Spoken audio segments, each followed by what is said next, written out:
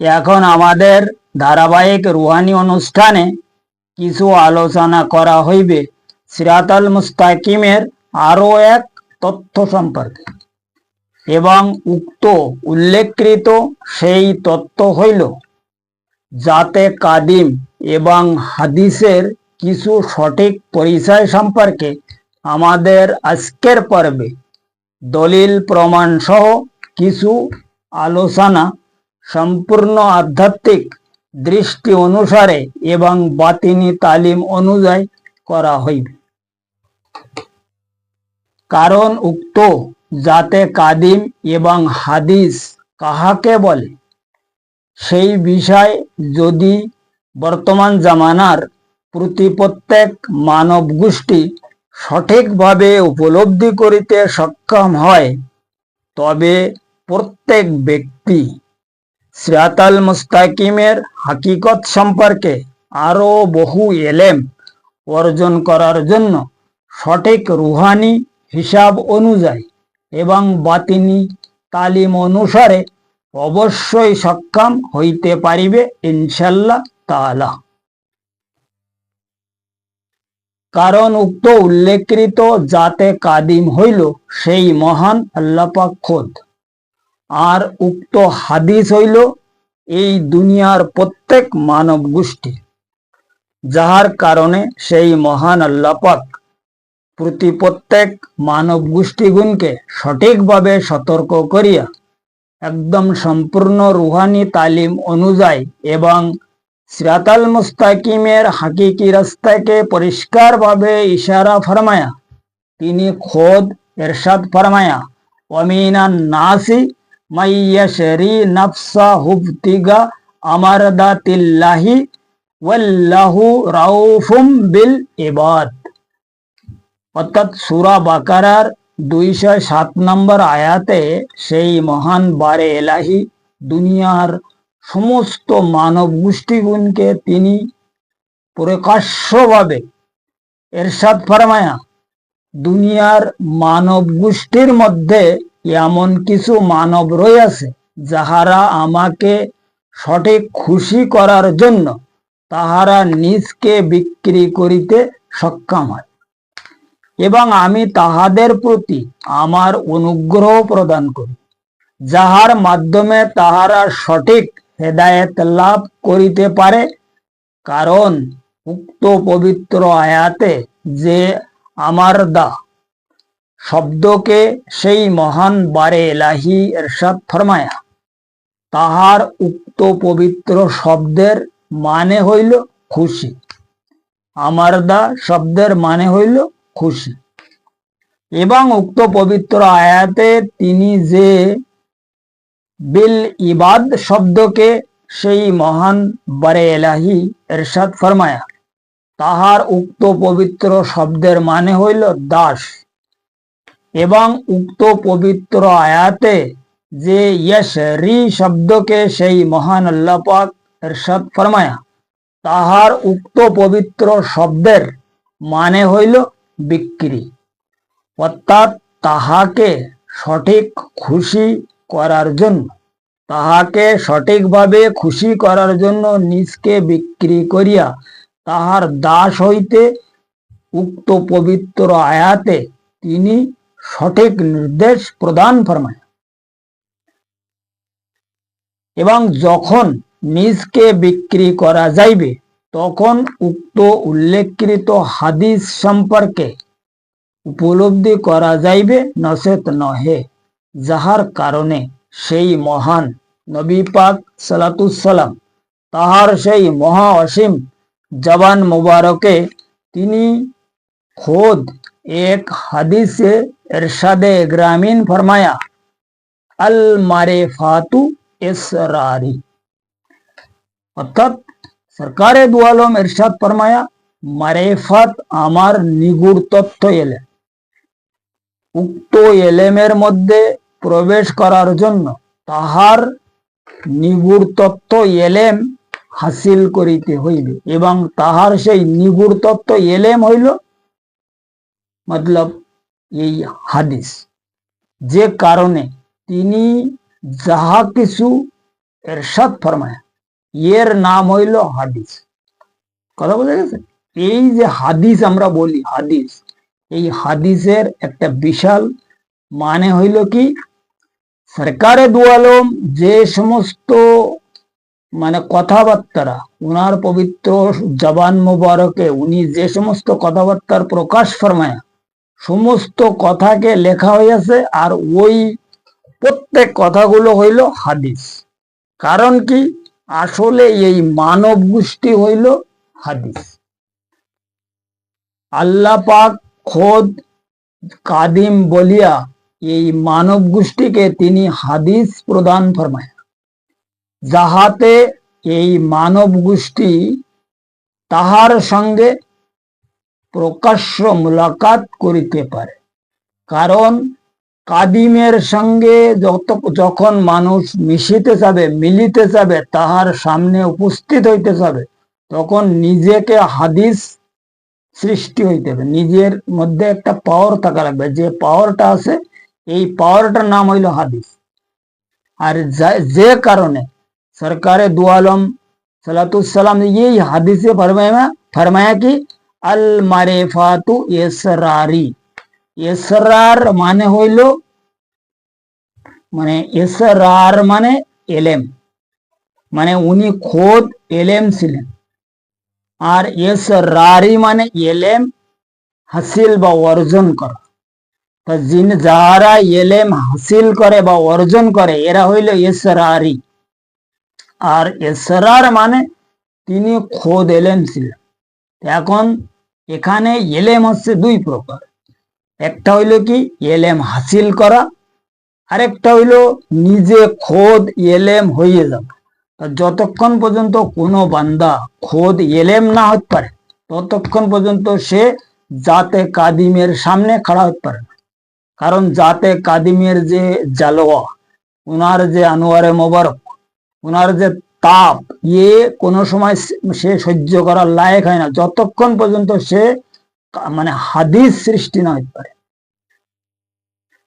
এখানে দেখো, কথা বলতে গেলে আরো অন্যভাবে বলতে হয়। যেমন প্রত্যেক কোরআন শরীফের যে সমস্ত তাফসির সরকারে দু আলম ফরমায়া, ওই তাহার নাম হইল হাদিস।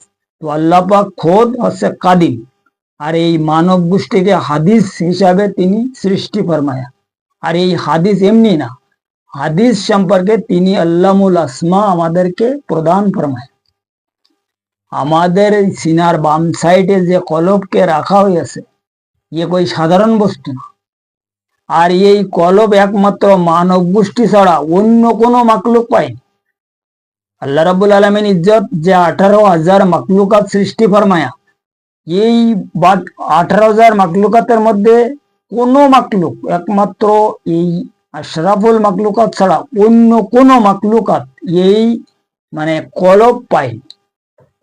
তো এখন বাকি 17,999 মাকলুকাতকে তিনি এই লতিফায় কলব প্রদান ফরমায়। আর এই লতিফায় কলব হইল আমাদের ভিতরে যতগুলো লতিফ আছে সব লতিফার লিডার। আর এই লতিফায় কলবের ভিতরে সমস্ত লতিফাকে রাখা হয়েছে, রাখিয়া ওখানে ওদেরকে বন্দি করা হয়েছে, যেটাকে সামাবি আরবা বলা হয়। এই সামাবি আরবাকে যতক্ষণ পর্যন্ত ওখান থেকে এই কলব থেকে বাহির করা না যাবে, এ সম্পর্কে সূরা জুমারের মধ্যে পরিষ্কারভাবে বলা রয়েছে। সূরা জুমারের মধ্যে পরিষ্কারভাবে বলা রয়েছে যে তোমরা যদি আমার ইসলাম ধর্মকে গ্রহণ করিতে চাও, তাহলে তোমরা সরায় সদর করো, অর্থাৎ আমার নূর মোবারক দ্বারা তোমাদের সিনাকে সাফাই করো। এখন নূর মোবারক দ্বারা সিনাকে কিভাবে সাফাই হবে? যে কারণে সরকারে দু আলম ফরমায়া, লিকুল্লি শাইন সিকালা সিকালাতুল কুলুব জিকির আল্লাহ। এখন এই সরকারে দু আলম এখানে পরিষ্কারভাবে মানুষের বুঝাই দিচ্ছে যে দুনিয়ার প্রত্যেক বস্তুকে সাফাই করার জন্য যেমন কোনো না কোনো নিয়ম অবশ্যই আছে, ঠিক তোমাদের সিনার মধ্যে যে দিল আছে, এই দিলকে সাফাই করার জন্য একমাত্র মেডিসিন হইল সেই মহান আল্লাহ পাকের ইসমে আজম। ইসমে আজম দ্বারাই দিল সুন্দরভাবে তোমরা সাফাই করিতে সক্ষম হইবে যদি তোমরা এই ইসমে আজম মতলব ইস্তেমাল করার নিয়ম অনুযায়ী করিতে পারো। নিয়ম হচ্ছে কি, উনার যে তরিকা অর্থাৎ সিরাতাল মুস্তাকিমের যে রাস্তা, এই রাস্তায় পরিচালক যারা, তাহাদের ওসিলার মাধ্যমে যদি কেউ এই মতলব ইসমে আজমকে ইউজ করিতে পারে, তাহলে তাহাদের মধ্যে যে হাদিস আল্লাহ রাব্বুল আলামিন ইজ্জত প্রদান ফরমায়া, ও হাদিস অবশ্যই প্রকাশ হয়ে যাবে। আর ও হাদিস হইল কারা? হাদিস হইল এই কলবে সানওয়ার, কলবে মুনিব, কলবে শহীদ, কলবে সেলিম, এরা হইল এই হাদিস। এরপরে আরো বহু রয়েছে। এখানে দেখো, কলব, রুহু, সির, খফি, আকফা, আনা, নফস, কলবে সানওয়ার, কলবে সেলিম, কলবে মুনিব, কলবে শহীদ, নফসে আম্মারা, নফসে লবামা, নফসে মুলিমা, নফসে মুতমাইনা, এই রুহে জামাদি, রুহে নবাতি, রুহে হাইমানি, সারে রুহু যদি কোনো ব্যক্তি প্রকাশ করিতে পারে, তখন সেই ব্যক্তি আর এই ইনসান থাকে না, সে তখন হাদিস সৃষ্টি। আর এইটার নাম হইল সম্পূর্ণ হাদিস। কথা বুঝে গেছে? এখন এই কলবি যে ব্যাপার, এই কলবি ব্যাপার সম্পর্কে বোঝার জন্য বিশাল বড় এখানে সমস্যা রয়েছে যে কলবকে কিভাবে প্রকাশ করা যায়, কলবের ভিতর থেকে যে কলবি এলেম, এটাকে কিভাবে আমরা অর্জন করিতে পারি, কলব যে আমাদের সঙ্গে তার হাকিকত সম্পর্কে আমাদেরকে বলবে, এটা সে বলতে পারছে না। কি জন্য? তাহাকে শয়তান লতিফায় নফসের মাধ্যমে এমন ভাবে কবজা করিয়া রাখিয়াছে, তার কোনো কিছু বলার শক্তি নেই।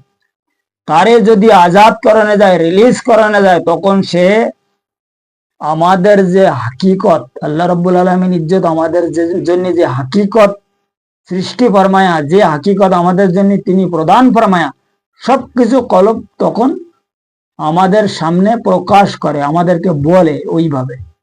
এখন কিছু লোক এই সময় একটা বিভ্রান্ত হয়ে যায় যে আসলে এইসব কথাবার্তা তো আমরা এর আগে কোনদিন শুনিনি।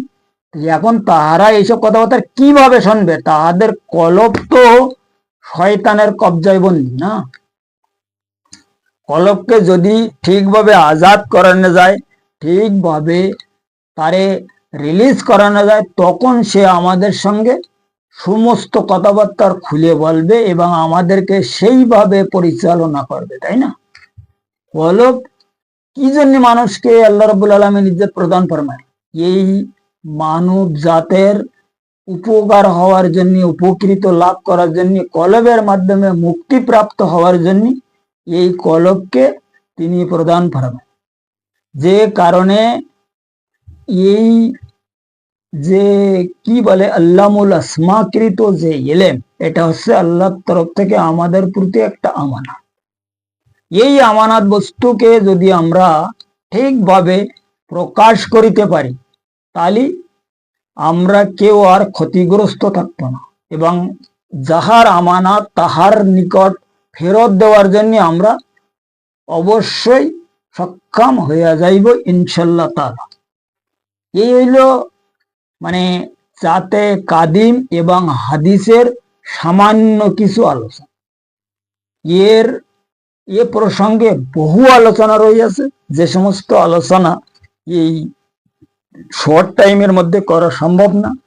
এখন ওই কাদিম আর হাদিস সম্পর্কে যদি কারোর ভালোভাবে জানার ইচ্ছা হয়, তা আমাদের সঙ্গে যোগাযোগ রাখিলে বা সম্পর্ক থাকিলে, বা যদি কেউ ভালোভাবে জানিতে চায়, তো পরিষ্কারভাবে একদম পার্ট বাই পার্ট, যাতে কি বলে কাদিম থেকে হাদিস কিভাবে প্রকাশ হয়েছে, যাতে কাদিম থেকে হাদিসকে তিনি কিভাবে প্রদান ফরমায়া, এ ব্যাপারে সুন্দরভাবে বোঝানো হইবে।